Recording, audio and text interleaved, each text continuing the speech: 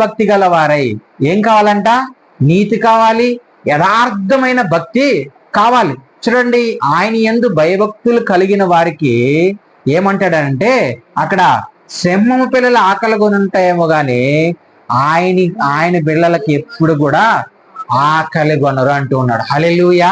చూడండి, నవీన స్వభావము ఎవరైతే ధరించుకుంటారో వాళ్ళకి సింహం పిల్లలు ఏమై ఉంటాయంట? ఆకలి కొని ఉంటాయంట. కానీ నీతిమంతి పిల్లలు ఎప్పుడు, దేవుని బిడ్డలు ఎప్పుడు కూడా ఏమై ఉండరు? ఆకలి కొని ఉండరు అని చెప్తూ ఉన్నాడు. హల్లెలూయా. ఈరోజు మనము ఏం ధరించుకోవాలనంటే నవీన స్వభావం ధరించుకోవాలి. అయితే నీతి, యథార్థత ఇవన్నీ భక్తి గలవారై ఉండాలని అంటూ ఉన్నాడు. ఇవన్నీ మనలో ఉన్నప్పుడు మనము నవీన స్వభావమును ధరించుకోగలుగుతాము. ఈ నవీన స్వభావమును మనం ధరించుకోవాలనంటే, ఈ స్వభావం మనం ధరించుకోవాలంటే మనకి ఈజీగా ఇది వచ్చి లేదు.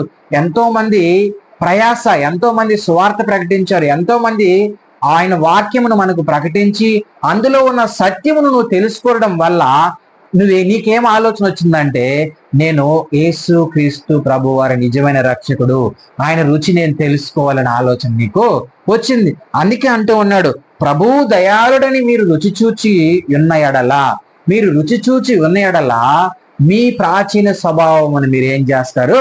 విడిచిపెడతారు. అయితే మీరు నీతియు యథార్థత భక్తి గలవారై ఏమంటూ ఉన్నాడు లాస్ట్ మాట? దేవుని పోలికగా సృష్టింపబడిన.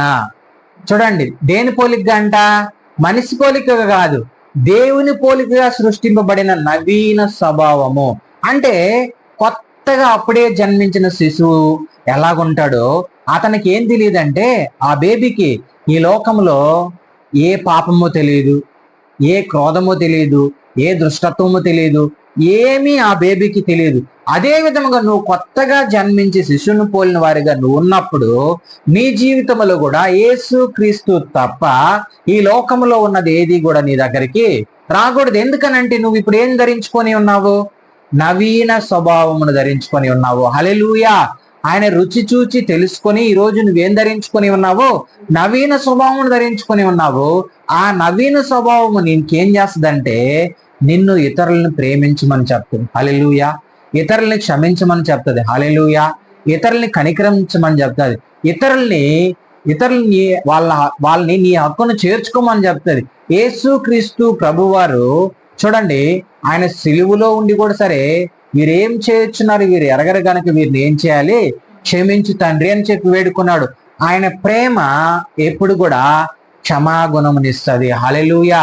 ఈరోజు నీ ప్రేమ, నీవు ఈరోజు ఆయన రుచిని తెలుసుకున్నావు. ఆయన రుచిని తెలుసుకున్న నువ్వు నీ జీవితంలో నువ్వేం చేయాలో తెలుసా? ఈరోజు నవీన స్వభావం ధరించుకొని ఉన్నాను అని అనుకుంటూ ఉన్నావేమో. అయితే నువ్వు జ్ఞాపకం చేసుకోవాల్సింది ఏంటంటే, నీ జీవితంలో విడిచిపెట్టాల్సినటువన్నీ వదిలేస్తే గాని నువ్వు దేవుని పోలికగా సృష్టింపబడి నవీన స్వభావం ధరించుకోలేవు. హల్లెలూయా. నువ్వు నీ జీవితం అంతా, పాత జీవితం అంతా నువ్వు వదిలివేయాలి. మనము చూడండి, మనం ధరించుకుంటాం ఏమని? నవీన స్వభావాన్ని ధరించుకుంటాము. ధరించుకున్న భక్తులు కూడా కొంతమంది దేవునితో కొద్ది దూరం నడిచి మళ్ళీ వెనకకు వెళ్ళిపోయిన వారు కూడా బైబిల్లో చాలా మంది ఉన్నారు. హల్లెలూయా. దేవుని చూడండి, ఇద్దరు వ్యక్తుల గురించి నేను మీకు గుర్తు చేస్తాను. ఇద్దరు ఇక్కడ చూడండి, ఒక వ్యక్తి ఏమో ఇస్కరియోతు యోధ, యేసు క్రీస్తు ప్రభు వారి 12 మంది శిష్యుల్లో ఒకడు. ఆయన దేవునితోనే ఉన్నాడు, దేవునితోనే పడుకుంటూ ఉన్నాడు, దేవునితోనే తింటూ ఉన్నాడు, దేవునితో నడుస్తూ ఉన్నాడు, దేవునితో సువార్త ప్రకటిస్తున్నప్పుడు అనేక మందిని రక్షిస్తూ ఉన్నప్పుడు దేవునితోనే ఉన్నాడు. కానీ యేసు క్రీస్తు ప్రభు వారిని యేసయ్య ఇప్పుడు అక్కడ ఉన్న శిష్యులందరూ కూడా ఏమనుకున్నారు? మేమందరం కూడా ఏం ధరించుకొని ఉన్నాము? నవీన స్వభావం ధరించుకొని ఉన్నాము అని అనుకున్నారు. కానీ అందులో ఒక వ్యక్తి మాత్రము ప్రాచీన స్వభావంలోనే ఉన్నాడు. హల్లెలూయా. సాతానుని ధరించుకొని ఉన్నాడు, దేవునికి దూరంగా ఉన్నాడు, దేవునితోనే ఉన్నాడు, దేవుని రుచిని తెలుసుకొని ఉన్నానని అనుకున్నాడు. కానీ ఆయనలో ఏముందనంటే ధనం అనే ఆపేక్ష ఉంది. హల్లెలూయా. యేసు క్రీస్తు ప్రభు వారిని 30 వెండి నాణ్యాలకు అతను అమ్మివేయటం జరిగింది. మనం జ్ఞాపకం చేసుకోవాల్సింది ఏంటి అని అంటే, ఈరోజు నీ ప్రాచీన స్వభావం చూడండి, శిష్యులందరూ కూడా సరే దేవునితో ముందుకు వెళ్తూ ఉన్నారు. అయితే కష్టము యేసు క్రీస్తు ప్రభు వారిని ఎప్పుడైతే రోమా సైన్యం వచ్చి పట్టుకునింది, ఎక్కడోళ్ళు అక్కడ అందరూ కూడా ఏమయ్యారు? పారిపోయారు. ఎందుకు పారిపోయారని అంటే, వాళ్ళ భయం వేసిపోయి అప్పుడు అమ్మో మమ్మల్ని ఎక్కడా సిలువేసేస్తారేమోనని చెప్పి ఈవెన్ పేతురుతో సహా ఎక్కడికి వెళ్ళిపోయారు. యేసుక్రీస్తు ప్రభు వారు ఎవరో నాకు తెలియదని 3 సార్లు పేతురు కూడా చెప్పడం జరిగింది.